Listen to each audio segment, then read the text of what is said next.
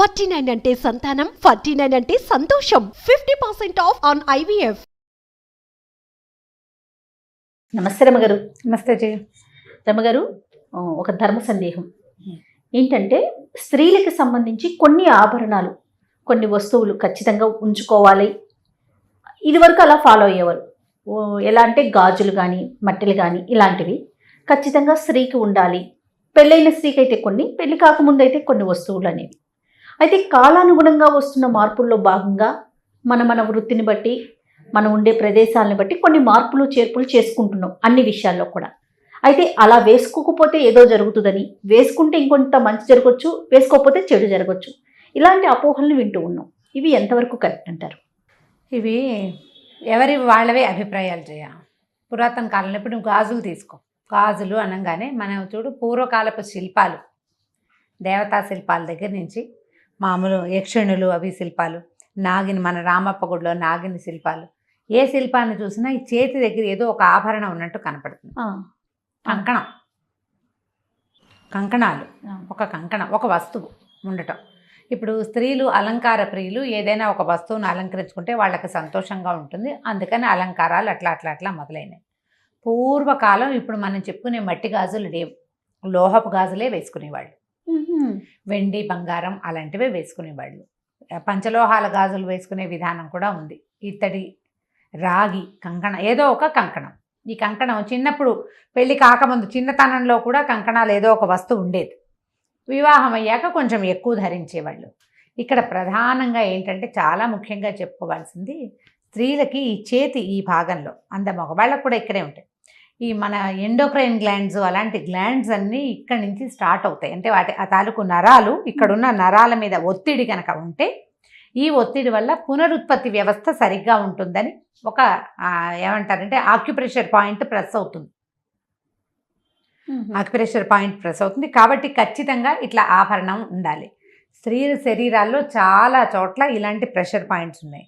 ఈ కాలి బొటన వేలు పక్కన, రెండు మొదటి వేలు అంటే బొటన వేలు పక్కన ఉన్న వేలుకి అక్కడ ఒక ఆభరణం పెడతారు. బొటన వేలుకి కూడా ఆభరణం పెట్టుకునే ఇవి కూడా కొన్ని చోట్ల కనిపిస్తాయి.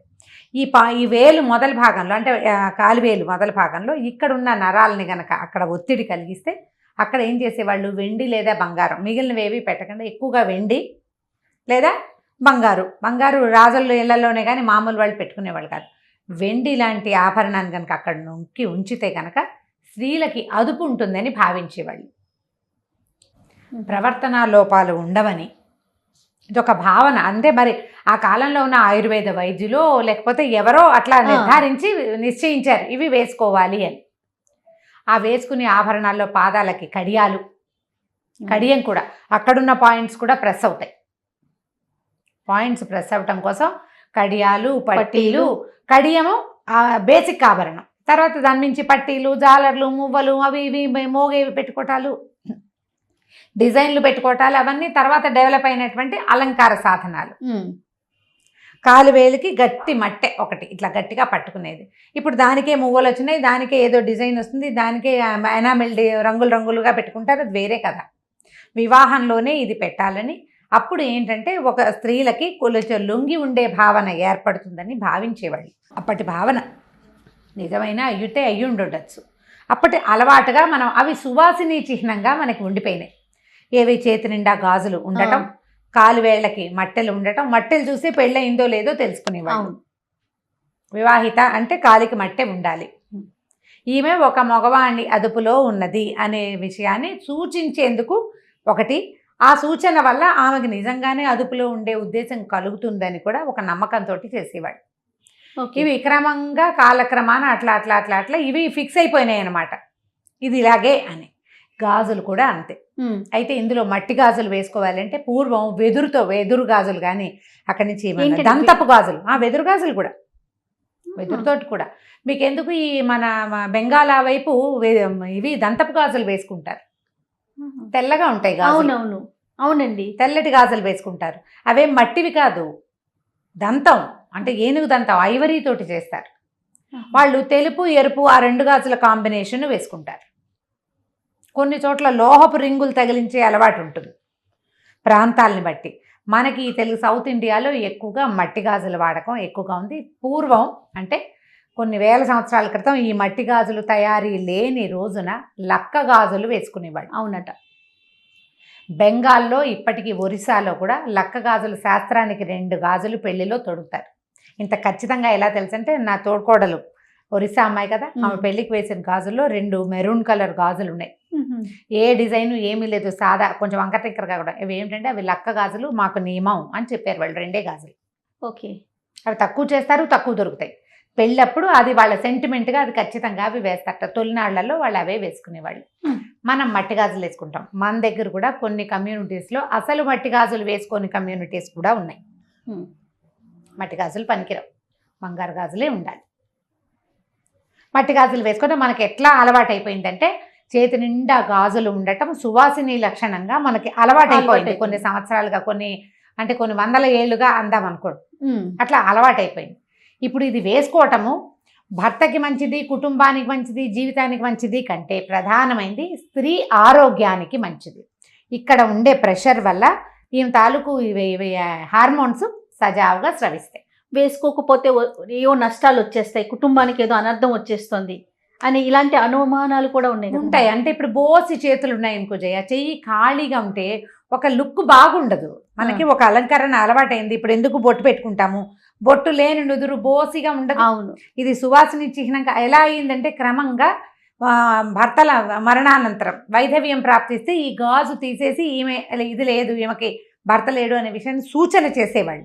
బొట్టు గాజులు లేకపోవటం వల్ల ఈ సూచన వల్ల ఏమైందంటే ఈ కనపడకపోతే అదేదో అశుభం అనే భావన మనకి మనసులకి అలవాటైపోయింది. ఇప్పుడు కాలంలో ఎన్ని మార్పులు వచ్చినాయి. అవును. కొన్ని రకాల మార్పులు, కొన్ని వేల రకాల మార్పులు వచ్చినాయి. మళ్ళీ ఈ గాజుల్లో ఒక్కొక్క గాజు ఒక్కొక్క రంగు ఒక్కొక్క దానికి ప్రతీక. ఒక రంగు ఏ రంగు, రంగులకి తల సంకేతం. ఆకుపచ్చ ఒకదానికి, నారింజ ఒకదానికి, తెలుపు ఒకదానికి, నలుపు, ఎరుపు, ఇట్లా ఒక్కొక్కటి ఒక్కొక్క దానికి సంకేతం. అన్ని వర్ణాల గాజులు వేసుకోవాలి అంటే ఇప్పుడు మనకి పద్ధతులు మారిపోయింది, డ్రెస్సింగ్ సెన్స్ మారిపోయింది. మనం పాతకాలంలో లాంటి ఏవీ పాటించటం లేదు, ఏవీ పాటించాం మనం. అవును, పాటించలేకపోతే మన పరిస్థితులు అవి కాదు అమ్మగారు. అప్పుడు ఇంట్లోనే ఉండేవారు కదండి. ఇప్పుడు ఏంటి, ఇప్పుడు ఆ పరిస్థితి కాదు కదా. ఇంకా రెండోది ఏంటంటే ఈ గాజులు ఏంటంటే ఈ మట్టి గాజులు పగులుతాయి సులువుగా. అవును కదా. ఈ చేతి నిండా వేసి ఇవి పగలకుండా పనిచేయాలి అంటే జాగ్రత్తగా సంబంధ బాంధవ్యాలు కూడా చిట్లకుండా చూసుకోండి అని చెప్పడానికి సిగ్నిఫికెన్స్గా ఎక్కువ గాజులు పిల్లలకి వేసేవాడు. నిదానంగా పనిచేయటం, హేస్టీగా చేసేయకుండా స్థిమితంగా ఉంటుంది. చేతి గాజులు పగిలిపోయి చిట్లిపోయేంత విసురున పని చేయకూడదనమాట. గాజు చిట్లితే అశుభమని, అది చిట్లేలాగా పగిలేలాగా ప్రవర్తించకూడదని ఆడపిల్లలకి నెమ్మదిని నేర్పటం కోసం కూడా గాజులు తొడిగించేవాళ్ళు. ఓ డజన్ గాజులు గుత్తంగా కదులుతాయి. ఏదైనా పనిచేసి స్పీడ్గా ఏదైనా ఎత్తి చేసి ఇలా కొట్టి చేసి పగులుతాయి. పగిలితే అశుభం, భర్తకి మంచిదిగా. మనని భయపెట్టకపోతే మనం వినం కదా జయ. అవునండి, భయపెడితే వింటాం మనం. అది అశుభం, భర్తలకి మంచిది కాదు, ఐదోతనం తగ్గిపోతుంది. అంచేత ఇవి వాడాలని చెప్పేవాళ్ళు. అట్లా అలవాటై మన పతివ్రత కథల్లో విని విని విని విని ఇవి లేకపోతే ఏదో కొంప మునిగిపోతుందనే భావనలోకి మనం వచ్చేసాం. మీ ప్రవర్తన నిదానమైనదైతే మీకు గాజులు అవసరం లేదు. గాజులు వేసుకుంటే నిదానంగా ప్రవర్తించాలి. రోజు తీసి వేసి కాకుండా ఇప్పుడు నువ్వు ఓ చీర కట్టుకున్నావు, దీనికి మ్యాచింగ్ కుదరదు, అప్పుడు ఎలా అనిపిస్తుంది.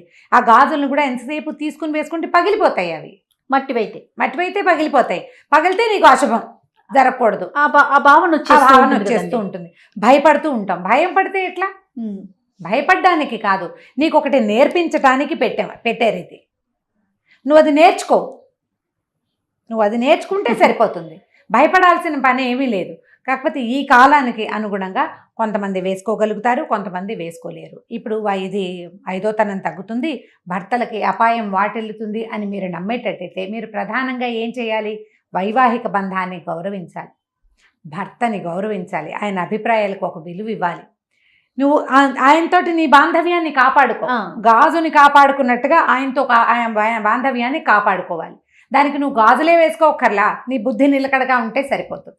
ఖచ్చితంగా వేసుకోండి, అవకాశం ఉన్న వాళ్ళు వేసుకోండి, అవసరం ఉన్న వాళ్ళు వేసుకోండి.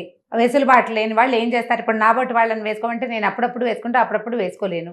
ఎవరికి చేతులకు ఎలర్జీలు ఉంటాయి, గాజుల మధ్యలో పట్టే చెమట చాలా ఇబ్బంది పెడుతుంది నన్ను. అవును అవును. అప్పుడప్పుడు వేసుకుంటాను. ఇప్పుడు ఛానల్స్లో కూడా కొంతమంది మస్ట్ అండ్ షుడ్ అంటారు గాజులు. అంటే కొన్ని కొన్ని కార్యక్రమాలు చేసేటప్పుడు ఖచ్చితంగా వేసుకోవాలి ఉండాలి. ఒక నియమం అంటే ఉంటుంది ఇప్పుడు ఆ రమగారు. నియమానికి ఏంటంటే మనకు ముందు నుంచి అలవాటైపోయి ఉంది అవును, కాబట్టి మీరు ఏదైనా పూజా పునస్కారం చేసుకునేటప్పుడు, దైవ కార్యాలు చేసేటప్పుడు, పీటల మీద కూర్చునేటప్పుడు, దేవాలయానికి వెళ్ళేటప్పుడు, వివాహాది శుభకార్యాలు అటెండ్ చేసేటప్పుడు అప్పుడు తప్పకుండా గాజులు వేసుకోండి. పెద్దవాళ్ళకి అది సంతోషాన్ని కలిగిస్తుంది. ప్రధానంగా చేతికి గాజులు ఉంటే అందంగా కనపడుతుంది, ఇప్పుడు శోభాయమానంగా ఉంటుంది అంతే. చూడడానికి. కొన్ని ప్రొఫెషన్స్ లో అసలు కుదరకపోవచ్చు, డాక్టర్స్ తీసుకోవచ్చు. అవును లేకుంటే ఇప్పుడు మాకు లాగా ఆన్ స్క్రీన్ వర్క్ చేసేవాళ్ళు సౌండ్స్ వస్తూ ఉంటాయి అవును. చేసేటప్పుడు, కెమెరా లాగేస్తుంది కదా, ఆ సౌండ్ ని తీసేసి మైక్ లాగేస్తూ ఉంటుంది. సో వీళ్ళు వేసుకోవట్లేదు, వాళ్ళు వేసుకోవట్లేదు, మీరు ఎందుకు వేసుకోవట్లేదు, మీరు ఎలా మాట్లాడతారు అనే క్వశ్చన్స్ రేజ్ అయినప్పుడు ఆన్సర్ చెప్పలేకపోతాం. అదే అంతే అంటే కదా రమ్మగారు? అంటే ఇప్పుడు ఇలాంటివి చెప్పకూడదు అంటే ఎలా కుదురుతుంది? అది మీరు ఇది చేయట్లేదు కాబట్టి మీరు ఇది చెప్పకూడదు అంటే అసలు అది నియమమే కాదు. మనం పెట్టుకుంది ఆ నియమం ఎందుకు పెట్టుకున్నాము మనకు ఆ నియమం ఏర్పరచబడింది ఎందుకు? అవును. నీ బుద్ధికి కుదురు, నిదానం, తాపీగా నువ్వు పనిచేయటం కోసం ఏర్పరిచారు. ఆరోగ్యంగా ఉండటం కోసం. గాజులు గుర్తంగా ఉంటే ఎక్కువగా అనారోగ్య సమస్యలు, స్త్రీ తాలూకు ఆరోగ్యం అంటే హార్మోన్స్కి సంబంధించిన వ్యవస్థ సరిగా ఉంటుందని ఆ కాలపు నమ్మిక. అప్పుడు నమ్మేవారు. ఆయుర్వేద వైద్యులు కూడా కొంతమంది ఆక్యుపంచర్ ప్రెషర్ పాయింట్స్ చెప్పేవాళ్ళు కూడా ఇక్కడ ఉంటాయి క్లయింట్స్, ఇక్కడ ప్రెషర్ చేయిస్తారు. అది పాయింట్, అది నిజం. దానికి సరిపడా ఇన్ని గాజులు తీయకుండా వేసుకోగలిగే పరిస్థితులు అసలు మనకి లేవు ఇప్పుడు. ఇప్పుడు కొంచెం లేవు, మన పద్ధతులు మారిపోయినాయి కదా. తర్వాత గర్భిణీ స్త్రీలకు కూడా మనం శ్రీమంతం చేసేటప్పుడు గాజులు వేస్తాం, ఆ సౌండ్ లోపల ఉన్న బేబీ కూడా వింటుంది అనేది అంటూ ఉంటారు. వినడానికి కాదు జయ, వినడమే కాదు, అది ప్రధానమైనది ఏంటంటే ఈ గాజులు వేసేసరికల్లా ఇదంతా టైట్ గా ఫుల్ గా వేస్తారు.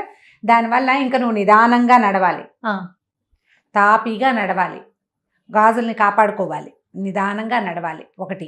రెండోది ఏంటంటే ఇవి ఇక్కడ ప్రెషర్ ఉండేసరికల్లా డెలివరీలో ఇబ్బంది సంబంధాలు రాకుండా సవ్యంగా అవడం కోసం ఇవి వేసేవాళ్ళు. దానికి ఇలా పెట్టారు, లోపల ఉన్న బేబీ వింటుంది, బేబీ కూడా వింటుంది. ఇప్పుడు ఒక గాజుల చేత్తో వడ్డన అలాంటి మాటలు ఉన్నాయా జయ? ఒక భోజనం చేస్తున్నాం, తలకాయ ఎత్తేసరికి ఒక పచ్చగా చేయి, దానికి ఒక గోరింటాకుండి, దాని నిండా గాజులు అంటే ఒక సంతోషంగా ఉంటుంది. అవును, ఆహ్లాదభరితమైన ఒక లుక్, ఒక సంతోషం కలుగుతుంది. గాజుల చేత్తో వడ్డనంటే ఇంట్లో ఒక ఆడమనిషి ఆమె కుదురుగా వంట చేయటం, కుదురుగా పని చేయటం, అవన్నీ కూడా ఏంటంటే ఇంటికి ఒక ఆహ్లాదభరితమైన వాతావరణాన్ని చేకూరుస్తాయి.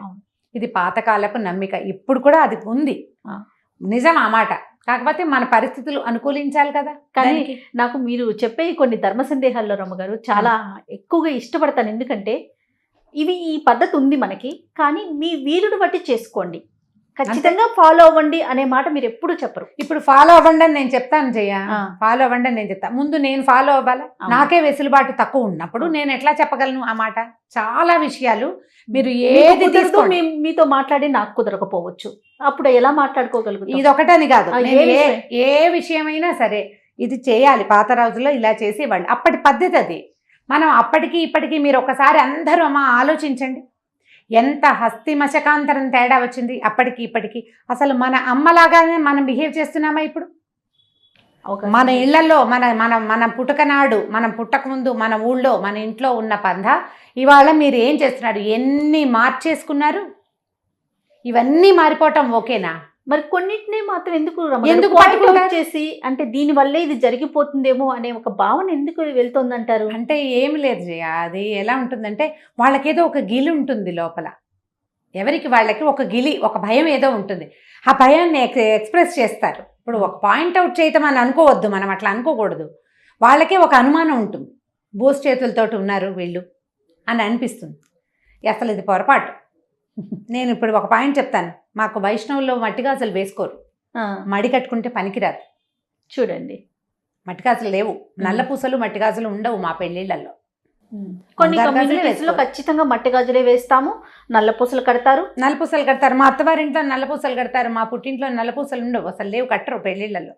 వైష్ణవ వివాహాల్లో గమనించండి. అంటే ఇప్పుడు ఏం చేస్తున్నారు, ఇప్పుడు పిల్లలు ఇప్పుడు లేటెస్ట్గా ఫ్యాషన్కి అందరూ పెళ్లిళ్లలో చక్కగా కలర్ఫుల్గా చీరకు మ్యాచింగ్ గాజులు వేసుకుంటున్నారు, కానీ నల్లపూసలు మాత్రం కట్టరు.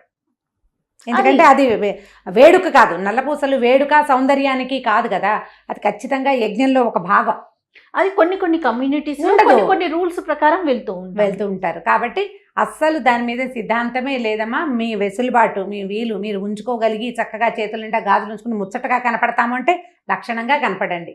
అవకాశం లేని వాళ్ళని వాళ్ళ అవకాశం లేని తనానికి అయ్యో అనుకుని వదిలిపెట్టేసేయాలి. లేకపోతే ఏం చేస్తావు? ఇప్పుడు ఎయిర్ హోస్టెస్ అవుతుంది నీ కూతురు రేపొద్దున, నువ్వు జడేసుకో, పువ్వులు పెట్టుకో, చేతి నిండా గాజులు వేసుకుంటే వాళ్ళు రానిస్తారా? అసలు మనకు అవకాశం లేదు. కార్పొరేట్ ఆఫీసుల్లో గాజులు పట్టీలు గాజులు వేసుకుని వెళ్ళగలరా? వెళ్ళలేకపోతారు. మనం అప్పుడు ఏం చేయాలి?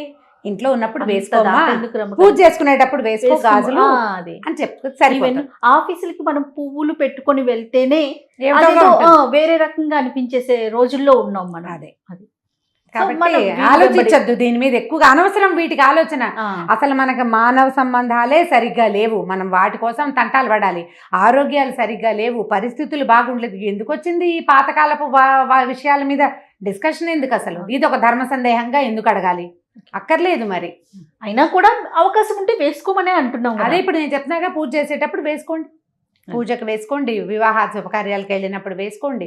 చక్కగా మంచి పట్టు చీర కట్టుకుని తల నిండా పూలు పెట్టుకుని చేతి నిండా గాజులు అలంకారంతో శోభాయమానంగా కనిపిస్తారు. చక్కగా అమ్మవారి ప్రతిమల్లే కనపడతారు. సంతోష పెట్టండి భర్తల్ని అట్లా ప్రవర్తనలతోటి. తప్పకుండా రమ్మ గారు. నమస్తే అండి. నమస్తే జయ.